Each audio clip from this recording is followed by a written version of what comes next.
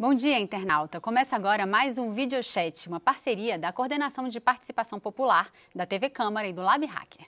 Hoje vamos conversar sobre a medida provisória 785 de 2017, que trata do Fundo de Financiamento Estudantil, o FIES. O novo programa anunciado pelo governo, que, entre outros pontos, cria 3 linhas de financiamento, inclusive uma com a possibilidade de juros zero e que muda o prazo de carência do empréstimo. Se for aprovado, o novo FIES prevê que o estudante comece a pagar o financiamento logo após a formatura. A medida provisória do novo FIES está em discussão na Comissão Especial Mista. Já recebeu mais de 270 emendas de deputados e senadores e tem de ser aprovada pelo Congresso até janeiro.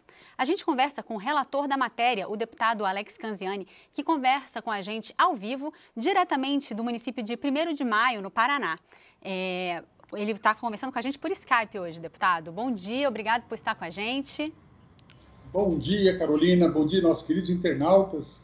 Nós estamos aqui no município de 1º de Maio, que está havendo a posse da nova prefeita, que nós tivemos uma eleição suplementar aqui no município, e a prefeita Bruna, uma jovem prefeita, assumindo agora o mandato aqui no município de 1º de Maio.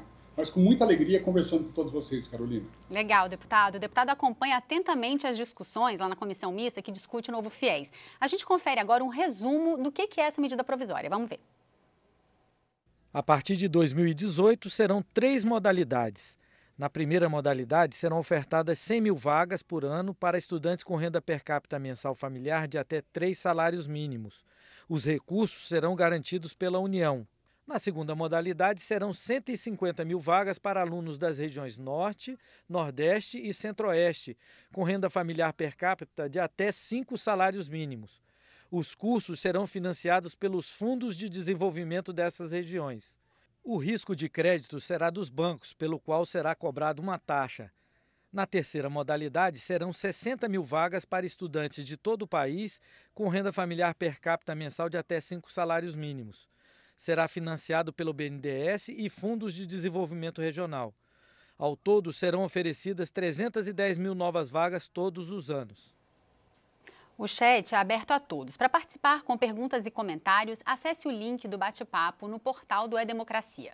O endereço é edemocracia.câmara.leg.br/audiências/sala/378.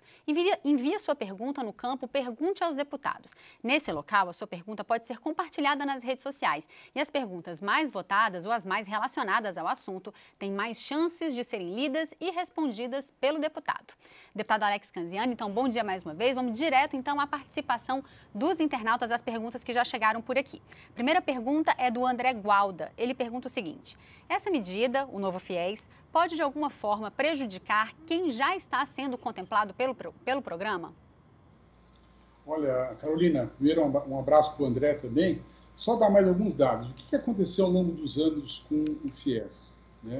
O FIES, primeiro, ele é de fundamental importância. Por quê? Porque nós temos hoje mais de 75% das vagas dos alunos que estão estudando nas universidades estão nas instituições privadas. Ou seja, as instituições públicas, as universidades estaduais, municipais e também federais, pouco menos de 25% os alunos estão nessas universidades. E 75% estão nas universidades privadas. E o governo tem alguns mecanismos. Nós temos o ProUni, nós temos o SISU, que as pessoas podem entrar nas universidades públicas. Nós temos depois o ProUni, que são bolsas também que o governo dá gratuitamente. Mas é de fundamental importância que a gente possa ter um financiamento para aqueles que também querem chegar, e isso é um direito importante para a sociedade, até porque quanto mais anos de estudo, e as pesquisas mostram isso, quanto mais a pessoa consegue ir além na sua atividade acadêmica, ela consegue ter melhor renda, melhores salários, melhores oportunidades. E o que dizia o André, perguntando com relação a ele, que não sei se é o caso dele específico, e que já está no programa, mas não altera. O que nós estamos alterando são os novos contratos a partir de 2018, onde se pretende, então, desenvolver esses novos mecanismos, então, do FIES, a partir de 2018. E o que aconteceu com o FIES? Ele começou, Carolina, com poucos. Em 2010 nós tínhamos 70 mil vagas, aí houve uma mudança significativa em 2015, E ele chegou, no ano de 2014, no ano eleitoral, com 700 mil novos contratos. Só que isso acabou sendo completamente inviável em termos de recursos do orçamento, em termos de condição para que pudesse subsistir esse programa dessa mesma forma. Tanto é que, em 2015, ele já caiu muito, né? Caiu de 700 para 200 e poucas mil vagas, e é o que tem sido feito ao longo desses anos, e que deve terminar também esse ano de 2017. Mas nós queremos que, a partir de 2018, esses novos modelos, nós possamos ampliar o programa. Seriam 100 mil vagas, inclusive com juros zero, que seria com recurso do próprio orçamento da União, mas também algumas inovações, como a questão dos fundos constitucionais, e até focando também na área que mais precisa também, que é Norte, Nordeste, Centro-Oeste. Nós vamos pegar o funding, né? Nós vamos pegar os recursos por parte desses fundos constitucionais para alavancar mais 150 mil vagas. A ideia é que também o próprio BNDES possa viabilizar esses outros financiamentos para poder alavancar mais vagas. E nós estamos, viu, Carolina, e eu acho que é muito importante essa participação popular, essa participação através da internet. Eu quero agradecer muito à TV Câmara, ao LabHack, a toda a equipe do E-Democracia, para que a gente possa ouvir as pessoas, ouvir os nossos usuários, ouvir os nossos cidadãos, para que, será que não pode surgir uma nova ideia e que a gente possa incorporar ao programa a medida provisória e nós tenhamos, então, mais vagas sendo ofertadas, melhores condições para poder atender a nossa comunidade. Por isso que, para nós, é uma alegria muito grande poder estar conversando com os internautas do Brasil inteiro. Deputado, então, objetivamente, não muda nada para quem já está no programa. Essas novas regras são para os novos contratos. Novos contratos, a partir de 2018 só. Vamos explicar um pouquinho, então, essas 3 linhas de financiamento que vão acontecer a partir de agora. Quando a gente fala que tem uma parte delas que vai ser financiada pelos fundos constitucionais de algumas regiões, de alguns estados, significa que essas regiões vão ser priorizadas, vão ter mais vagas para essas regiões, é isso? Exatamente. Então, você levantou uma questão muito importante, Carolina. Então, 100 mil vagas serão do sistema que existe hoje, tá? E só com uma inovação. É juro zero, não vai haver nenhum centavo de juro nessas 100 mil vagas. Isso para o Brasil inteiro. As 150 mil vagas, onde nós vamos pegar o recurso, que são dos fundos constitucionais, Fundo da Amazônia, Fundo do Centro-Oeste, Fundo do Norte, Fundo do Nordeste, essas 150 mil vagas serão voltadas para essa região, para o Norte, Nordeste, e que são com renda até 5 salários mínimos per capita. E as outras 60 mil vagas, e pode ser mais, na verdade, esse é o início que nós queremos aumentar ainda mais a possibilidade, que serão, então, através de recursos do BNDES, e também dos fundos profissionais, onde nós vamos servir ao Brasil como um todo, para que a gente possa alavancar, então, novos financiamentos para poder atender a demanda que o Brasil tem. A ideia de priorizar esses estados e essas regiões é porque lá há mais carência, é isso? Há mais carência de vagas, de possibilidade das pessoas terem acesso às universidades públicas? Por que essa iniciativa? Também. Primeiro porque os recursos estão vindo dos próprios fundos constitucionais que são do Norte, Nordeste e Centro-Oeste, né? Então, nós estamos pegando os recursos desses fundos para poder alavancar esse FIES voltado para essas regiões. E, aliado a isso, uma coisa que você falou muito bem, é que nós temos, então, um percentual menor de pessoas que estudam o ensino superior no Norte, Nordeste e Centro-Oeste. Então, é para dar mais oportunidade também para as pessoas que estão nessas regiões do país. Legal, deputado. A gente vai agora com uma pergunta da Giana Hanna. Ela pergunta, a nota do Enem ainda vai valer como critério de seleção? Exatamente. Como é que funciona hoje? Você faz o Enem, você precisa ter no mínimo 450 pontos e não zerar na redação. E aí você passa a ser elegível, você passa a poder participar do programa. Aí você se inscreve no sistema, né, e aí foi fácil uma análise para poder buscar isso. E a questão da renda também. A renda tem que ser até 3 salários mínimos per capita na família. Você vai ter que comprovar isso depois, se você for escolhida para participar do programa. Mas o critério acadêmico de seleção continua sendo o Enem? O Enem, exatamente. Pelo menos 450 pontos do Enem. Nós estamos buscando para ver se não haveria outros mecanismos também para a gente poder colocar nisso. Mas hoje, na medida provisória, se prevê isso. A Michele Rebouças traz duas perguntas. Ela pergunta, por que o FIES não é válido para quem quer cursar um MBA? Aí eu estenderia para outros cursos de pós-graduação. E ela pergunta também se o financiamento poderia contemplar os cursos de ensino à distância. Olha, Michele, muito boa pergunta e uma novidade. Vai ser possível também nós financiarmos cursos de MBA, pós-graduações, mestrado, doutorado. Nós queremos dar oportunidade para que isso se espalhe pela educação superior como um todo. Não só a graduação, como também a pós-graduação. E mais do que isso, cursos de tecnólogos também e cursos técnicos também poderão ser financiados pelo programa. Então, nós queremos aumentar ainda mais a possibilidade de financiamento. E a outra pergunta que ela fez foi com relação a... Ensino à distância, deputado. À distância. Essa é uma discussão que eu estou fazendo com o governo. Eu acredito que a gente deveria liberar. Eu estou conversando para ver se haveria essa possibilidade. Estamos trocando ideias com o próprio ministro Mendonça Filho, conversando com as áreas do governo, mas eu acho que é uma tendência que a gente possa vir a liberar isso no futuro. Vamos ver se a gente consegue já implementar na nossa medida provisória. Deputado, a Bárbara Júlia Rodrigues, ela traz uma pergunta que a gente já respondeu, mas que eu vou fazer novamente, porque eu acho que é uma preocupação de muita gente que está no sistema hoje. Muda alguma coisa para quem já está no FIES? Oi, Bárbara. Não, na verdade não muda. Isso vai significar para os novos contratos que nós fizemos a partir de 2018. Esse é o novo sistema que vai existir a partir de 2018. A Nayara Souza traz a seguinte pergunta, deputado. Segundo as novas regras, o FIES financiará todos os cursos? Existe algum limite financeiro para a realização desses cursos? Hoje parece que existe uma prioridade para alguns cursos, como o curso de medicina, não é isso, deputado? Como é que vai ficar com o novo FIES? Exatamente. A ideia, quer dizer, existem algumas áreas que são prioritárias para o país. São cursos na área da saúde e cursos também de formação de professores. Inclusive, as próprias pessoas podem utilizar isso depois, trabalhando no serviço público e tendo reduções nas próprias parcelas. E essa prioridade tem que continuar, até porque o Brasil precisa estimular algumas áreas. A área da saúde é uma área prioritária para o Brasil e a questão da formação de professores. Essa é uma área fundamental. Não há como a gente prever um país melhor, com melhores oportunidades, com melhores condições, se não for através da educação. E o Brasil precisa muito de novos professores. Então, nós precisamos incentivar, e esse incentivo vai continuar para que a gente possa trazer mais jovens, mais cidadãos que queiram ir para o magistério através do programa para que possa alavancar os seus estudos.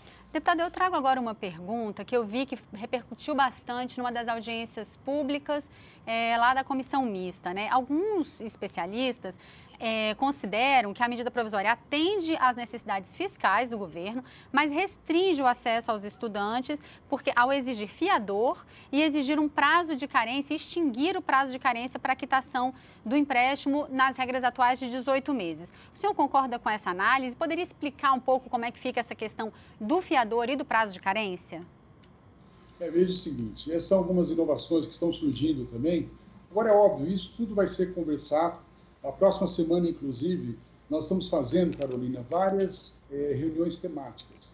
Já fizemos uma reunião com as instituições de ensino, alguns sindicatos também, a Confederação Nacional dos Trabalhadores de Educação. Trouxemos agora, essa semana, alguns especialistas, inclusive que foram de governos anteriores, para poder dar a sua contribuição, para poder dar sugestões. Na próxima semana, agora na terça-feira, eu quero aproveitar para convidar a todos aqueles que possam participar, ou pelo E-Democracia, ou mesmo pessoalmente. Nós vamos estar ouvindo alunos, estamos chamando várias entidades de alunos para que possam fazer as suas contribuições. E após, nós vamos ver depois o próprio mercado financeiro, nós vamos estar chamando também, para ver que taxa de juros que nós vamos ter, como é que vai ser isso na prática para os nossos alunos. E vamos trazer o governo também para que a gente possa ver de que maneira a gente pode aperfeiçoar o programa, de que maneira nós podemos ampliar e melhorar ainda mais esse programa que é tão importante para a sociedade. E uma das questões que traz é com relação a essa questão, tanto do fiador, como também do quando a pessoa vai começar a pagar o financiamento. Hoje existe 18 meses, já foi 6 meses, passou para 18 meses, e estuda-se, se seria a melhor maneira da forma como foi previsto. Eu acredito o seguinte, se a pessoa consegue um emprego logo depois que se forma, se ela conseguir já pagar, eu acho que é melhor até para que essa dívida não cresça, possa ser um mecanismo importante. Mas nós estamos avaliando se nós haríamos uma carência também. Isso está sendo discutido com os próprios deputados e senadores que compõem a nossa comissão, para que a gente possa buscar o melhor texto. E como é que é essa questão do fiador, deputado? É que, na verdade, antigamente existia um financiamento que o próprio grupo, o próprio fundo é que era o responsável por isso. Mas isso acabou tendo uma inadimplência muito alta. Mas nós estamos avaliando esse mecanismo ainda, estamos ouvindo algumas pessoas, alguns especialistas, de maneira a gente pode também alterar esse processo. Deputado, uma pergunta agora da Loara Pimentel de Lima. Ela pergunta, quem já é formado pode solicitar o FIES para uma segunda graduação? Já fez? Quem já é formado, quem já tem uma graduação. Então, eu acredito que sim. Né? Eu preciso ver se isso já está previsto, mas por que não? Eu acho que se nós pudermos dar oportunidade para que mais pessoas continuem os seus estudos, tanto é que nós queremos que a pessoa possa fazer um MBA, possa fazer uma especialização, nós queremos dar essa oportunidade sim.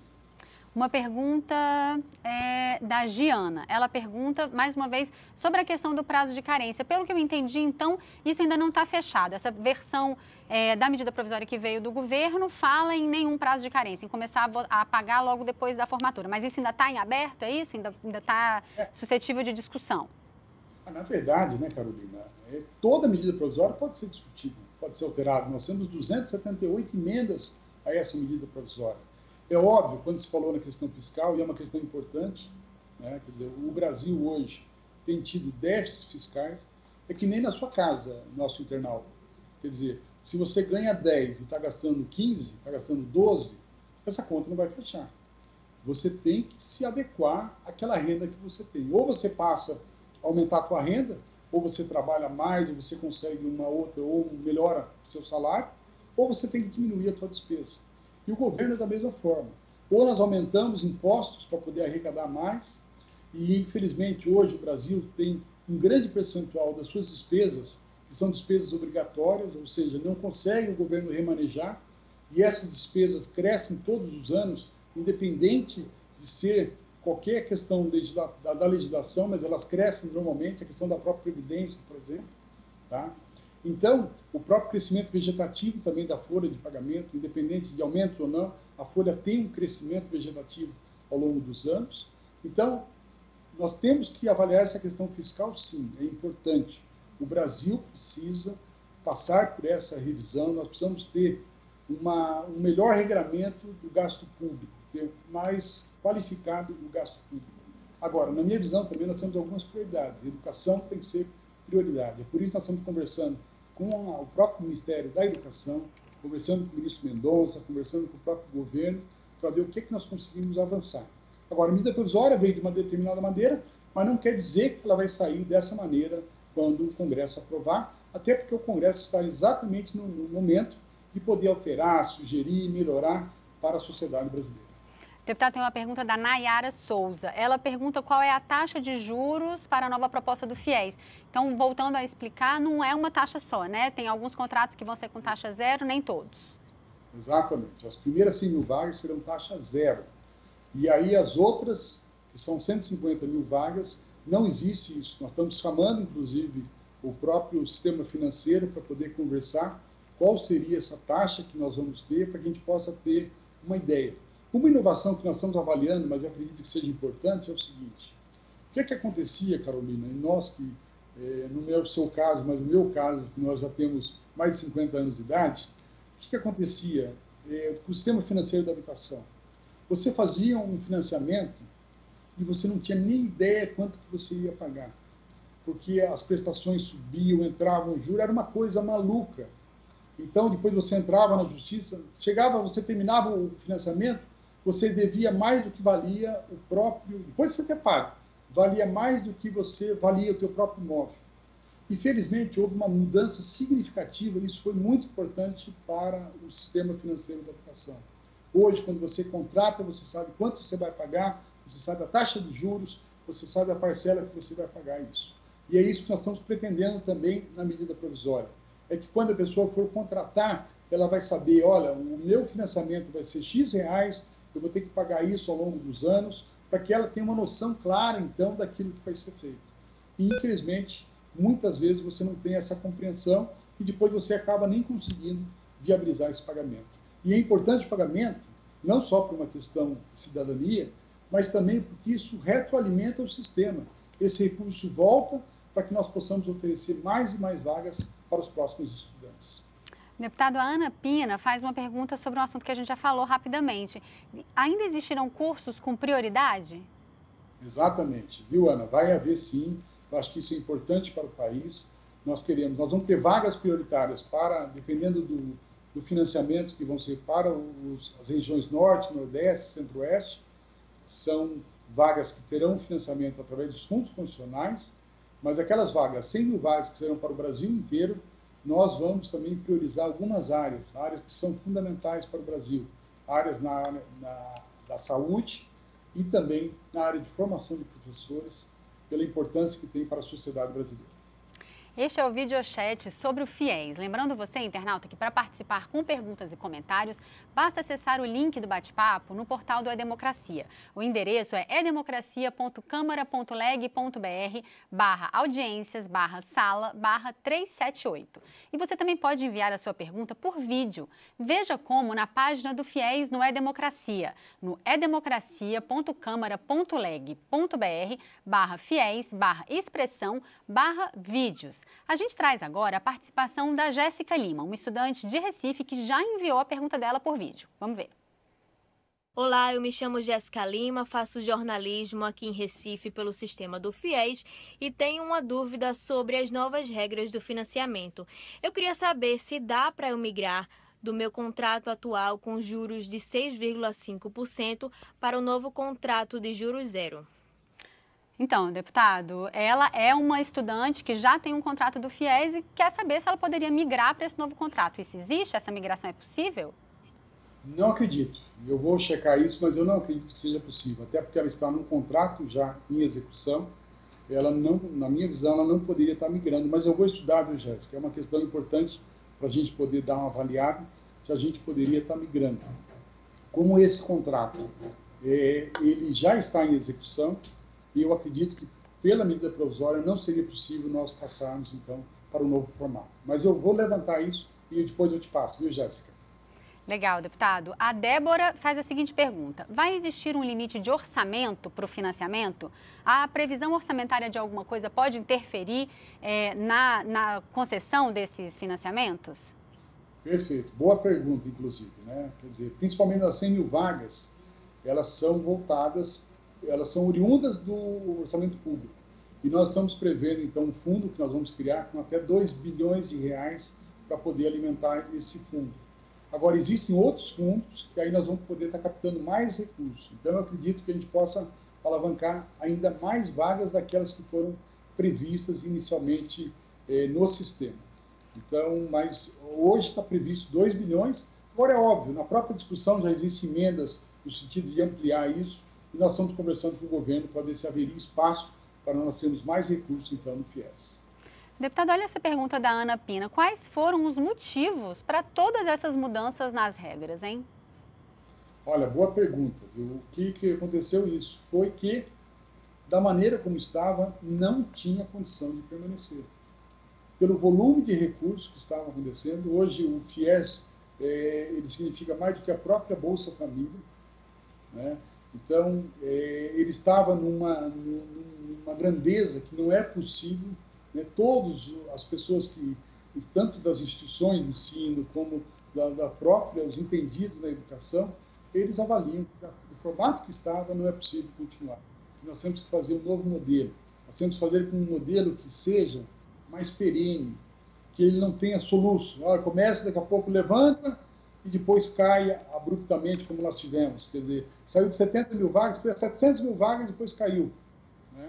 Então, nós temos que ter um sistema, um financiamento que haja mais previsibilidade, que haja mais perenidade, que as pessoas saibam que ao longo dos anos nós vamos ter esse... E é isso que nós pretendemos fazer. Inclusive, Carolina, nós vamos falando até com os nossos internautas, nós queremos fazer, depois do término das audiências públicas, nós queremos fazer uma inovação. Acredito que inovação no Brasil, com certeza, é uma novidade. Nós vamos fazer um design thinking. O que vem a ser design thinking? Nós vamos estar reunindo grupos para poder ver se, através de uma dinâmica que existe, as empresas mais inovadoras fazem isso, né? Para você ver se você consegue ainda, apesar de toda a discussão que houve, todos os levantamentos que nós tivemos, se através desses grupos que vão estar unidos e depois separados em alguns momentos, juntando alunos, juntando governo, juntando instituições de ensino, juntando as instituições também, para que a gente possa ver se surge ainda alguma novidade, se a gente consegue criar alguma coisa diferente, alguma maneira que a gente possa atender mais e melhor ainda os nossos alunos e esse programa que é tão importante. Então, nós estamos animados, ouvindo bastante, né?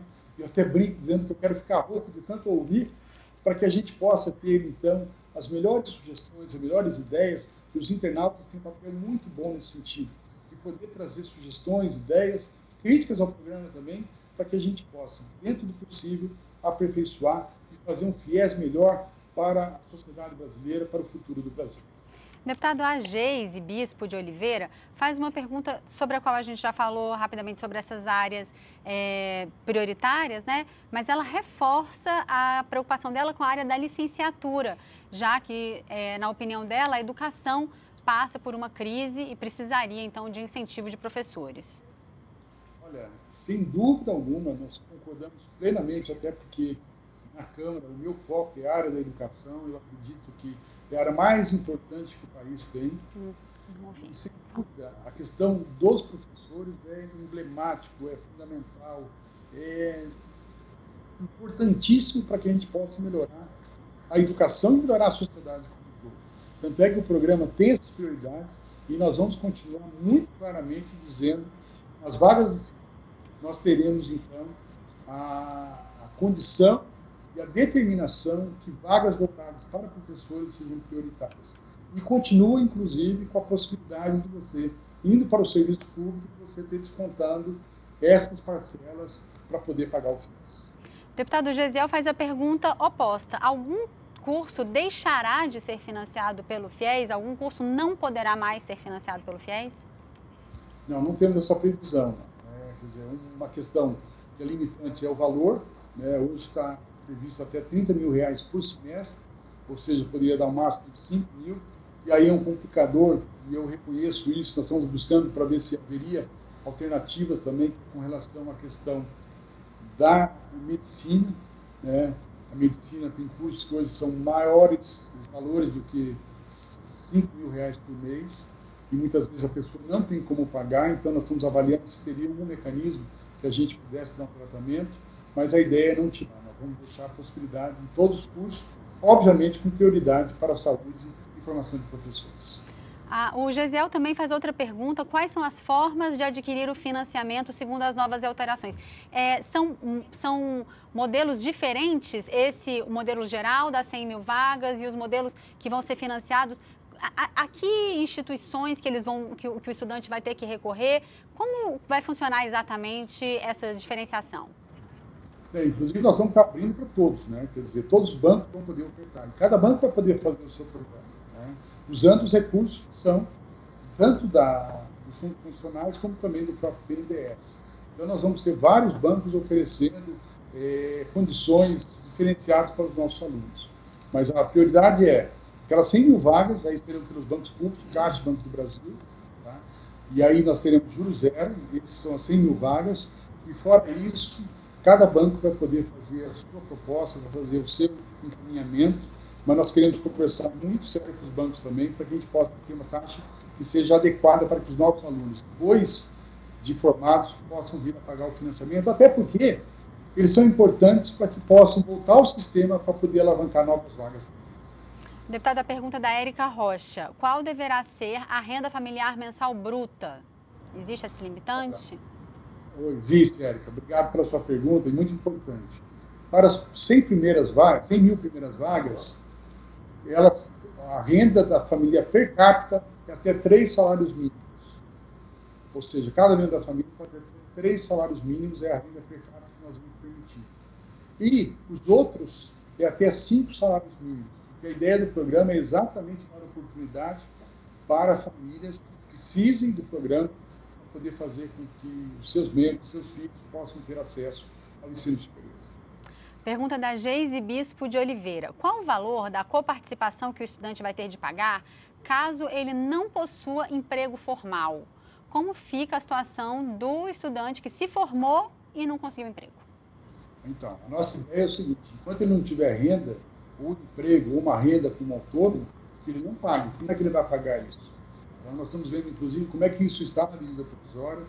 Eu acho que, viu, Carolina e nossos queridos internautas, eu acho o seguinte: se a pessoa terminou o curso, se ela tem condições de pagar, se ela está no mercado já, é melhor até para ela, para que essa dívida não continue crescendo, que ela possa já pagar. Agora, se ela se formou e não tem emprego, na nossa visão, ela não tem que começar a pagar, não tem como ela pagar, até porque ela não está no mercado. Assim que ela entrar no mercado, aí ela sim passa a pagar. Certo. Uma pergunta da Débora Júlia é uma pergunta mais política. Ela pergunta o seguinte: essa medida provisória tem apoio na maioria da casa ou está dividindo opiniões, com algumas opiniões contrárias, devido ao fato de reduzir o número de financiamentos? Como que a oposição está recebendo essa medida provisória, deputado? Olha, Débora, tem criticado, né? Isso até faz parte do papel da própria oposição para levantar. Existia de uma maneira o programa, agora são novas regras. Agora, nós temos que avaliar também a própria questão do país como um todo. Então, nós estamos procurando dialogar, tenho conversado com os deputados, com os senadores, estamos trazendo, inclusive, sugestões que eles apresentaram à medida provisória para ver de que maneira a gente poderia atender.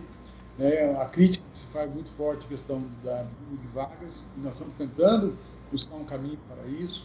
A própria questão também que tem suscitado muitas dúvidas é com relação a essa questão da carência. Mas nós estamos conversando também para ver se a gente acha alguns mecanismos, mas eu acredito que a gente vai conseguir construir, se não a unanimidade, porque isso não é possível muitas vezes, mas que a gente possa construir um consenso para que a gente possa aprovar esse programa, que ele é fundamental para a sociedade, é fundamental para os nossos alunos. Quando a gente pensa, deputado, que mais de 1.500.000 estudantes se formam no ensino médio a cada ano, né? Em alguns anos chega a quase 2 milhões de estudantes que se formam. Esse número de bolsas, o senhor mesmo falou, né? O FIES representa 75% das vagas no ensino superior. Realmente essa questão do número de vagas parece um pouco discrepante com o número de estudantes que estão se formando no ensino médio a cada ano. O senhor acha que o Brasil está migrando para uma outra lógica que não seja necessariamente de ensino superior? Como é que o senhor vê essa questão da oferta de vagas nesse contexto de o que o país oferece para esses estudantes, então, que estão saindo do ensino médio? Perfeito. Olha, eu acredito o seguinte, Carol. Primeiro, que o estudante poder crescer, o estudante poder estudar mais, ele é fundamental, para que ele possa ter melhores perspectivas, para que ele possa ter uma vida cada vez mais plena. E nós temos que garantir isso, a sociedade tem que garantir isso para os nossos alunos. Temos as vagas nas universidades públicas, temos o ProUni e temos o FIES nesse modelo. Esse modelo, se nós conseguirmos 310.000 vagas para o próximo ano, ele já vai ser o terceiro melhor ano na história do FIES. Porque se nós pegarmos, ele chegou em 2010, começou, na verdade ele existe em 2001, me parece, ele tem mais muito poucas vagas, foram crescendo, a partir de 2010 que realmente ele teve um crescimento maior. Tá? Então, se você pegar em 2013, chegou a 500 e poucos mil vagas e 700 mil em 2014. Mas todos os outros anos nós tivemos menor oferta de vagas do que essas 310 mil vagas. A nossa pergunta é o seguinte: vão acontecer essas 310 mil vagas mesmo nesse sistema? Por isso nós estamos ouvindo bastante gente. Nós queremos dar a condição para que isso efetivamente aconteça. Se houver 310 mil vagas, já vai ser o terceiro melhor índice em toda a história do programa. Do que depende, deputado, a gente conseguir essas vagas ou não? Depende das instituições financeiras? Também, mas aí que está. O que se fala muito, né, e aí é uma crítica por parte de alguns setores, é que querem que aumente as vagas que são com o orçamento da União. E aí são vagas que impactam o orçamento. Esse é o detalhe, que seria aquele juro zero. Tá? Então, esse é que, para a gente poder ofertar mais isso, nós temos que ver de onde nós vamos tirar esse recurso. Esse é o detalhe que nós temos que fazer. Mas eu acredito que nós vamos conseguir ofertar mais vagas, nós estamos buscando outras possibilidades também. Tenho conversado com várias pessoas, estamos conversando com o próprio ministro Ronaldo para ver a possibilidade de FAT, fundo de garantia. Queremos ver de que maneira a gente pode alavancar outros recursos também para poder viabilizar mais vagas e mais oportunidades através do FIES. Os estados e municípios, na verdade os estados e regiões, gestores desses fundos, que vão entrar como coparticipadores aí nessas outras vagas, sem ser as vagas gerais, eles já foram ouvidos, estão de acordo? Qual é a receptividade deles? Perfeito. Obviamente, quando o governo fez a medida provisória, ele ouviu todos os setores do governo, inclusive os fundos, para poder ver a disposição dos fundos, para poder trazer esse recurso para o programa. Mas nós vamos ouvi-los também. Nós vamos ter agora a próxima reunião nossa, na terça-feira, voltada para os alunos, que são os principais destinatários do programa. Nós queremos ver o sentimento que os alunos têm, as contribuições que os alunos podem dar.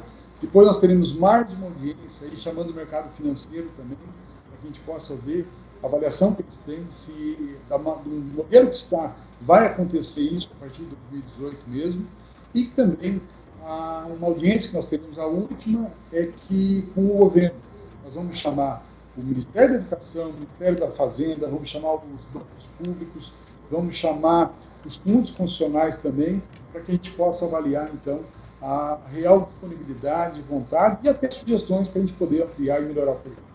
Deputado, a Ravena Leão pergunta o seguinte: o processo para conseguir o financiamento, ele vai ser facilitado? Ela relata que ela tem alguns amigos que enfrentaram dificuldades na hora de conseguir o financiamento, até do ponto de vista burocrático mesmo. Olha, muito boa pergunta, e essa é uma preocupação que eu tenho mesmo. Será que o programa é fácil para o acesso, é fácil entender como é que funciona, é fácil operacionalizar o programa? Por isso que essas sugestões que vocês estão dando, essas críticas são muito importantes.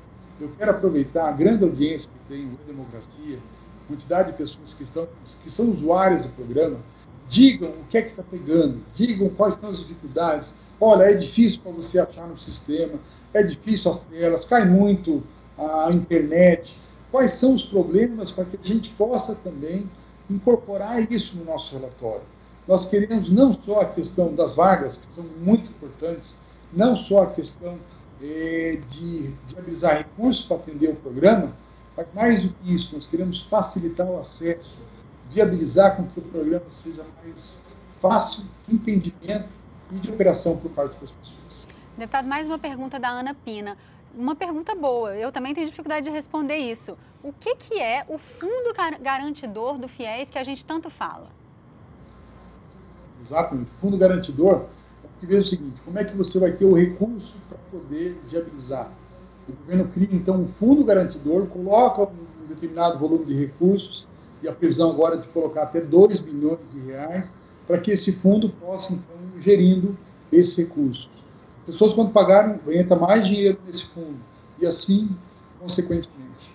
Então, a ideia é que esse fundo ele possa estar garantindo o programa, garantindo os pagamentos, e também sendo maneira de poder, aquelas que pagarem, as pessoas que pagarem os seus financiamentos, que voltem para o fundo para poder retroalimentar o sistema.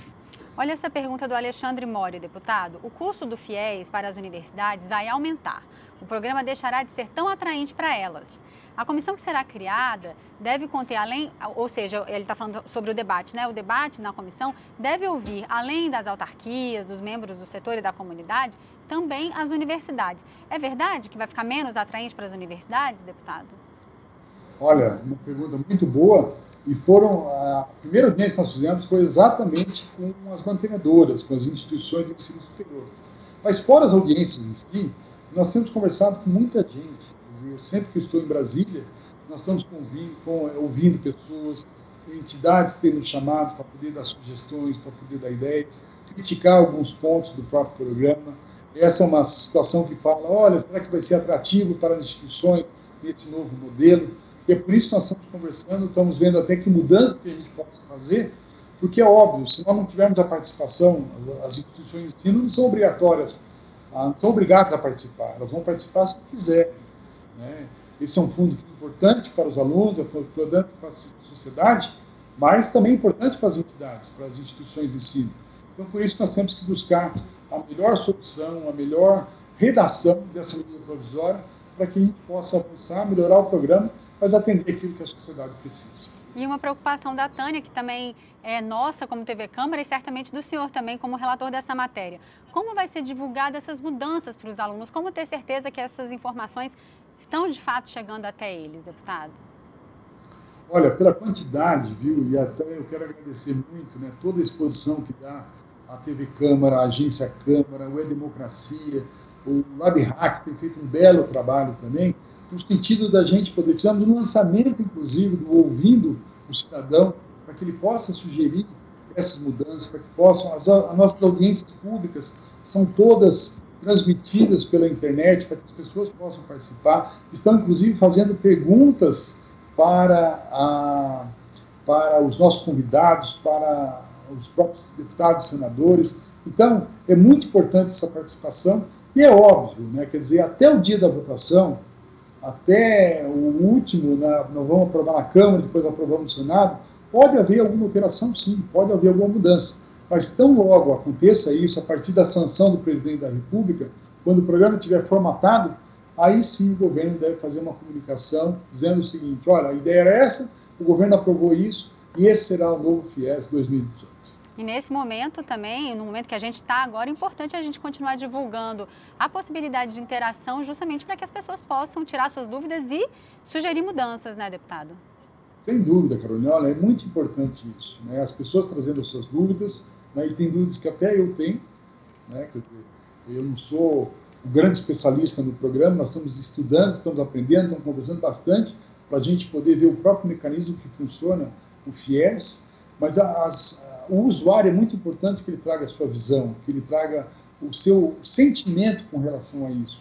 As dificuldades, como dizia o internauta nossa agora há pouco, os problemas que ele encontra durante a própria operação, todas as dúvidas são importantes, essas críticas são necessárias para que a gente tenha não só a legislação nova falando do FIES, mas o programa possa ser melhorado como um todo, na sua facilidade de uso, na sua facilidade de acesso, na maneira como o cidadão interage com o programa. Deputado Alex Canziani, muito obrigada pela sua participação, pelos esclarecimentos. Esse videochat teve como tema o FIES e foi promovido pela Coordenação de Participação Popular da Câmara dos Deputados.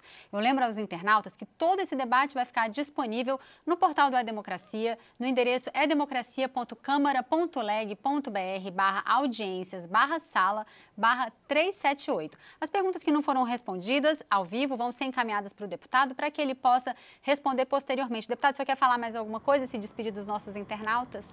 Olha, Carolina, só agradecer toda a equipe da Câmara, da LabHack, toda a E-Democracia, está sendo uma participação muito boa, estou muito satisfeito com o nível de cooperação da equipe como um todo, e agradecer a você, internauta, agradecer a você, cidadão e usuário do FIES. Nos ajude, auxilie a comissão para que a gente possa construir um melhor programa, dando mais oportunidades, melhorando. Nós temos a convicção, e nós que, como eu já dizia, fazemos a educação a nossa prioridade em Brasília, nós temos a noção da importância que tem o ensino superior, da importância que tem você continuar estudando, e aquilo que for possível, obviamente atendendo e entendendo a situação que vive o país como um todo, mas nós queremos nos esforçar bastante para que a gente possa apresentar um bom programa para o futuro da sociedade brasileira e, muito especialmente, dos milhares e milhares de alunos que têm expectativa de poder utilizar o FIES. Eu agradeço a oportunidade, um grande abraço a vocês, um bom fim de semana e que a gente continue juntos construindo o FIES 2018. Muito obrigado. Obrigada, deputado Alex Canziani. Obrigada também a você, internauta, pela sua companhia. Até o próximo videochat. Tchau.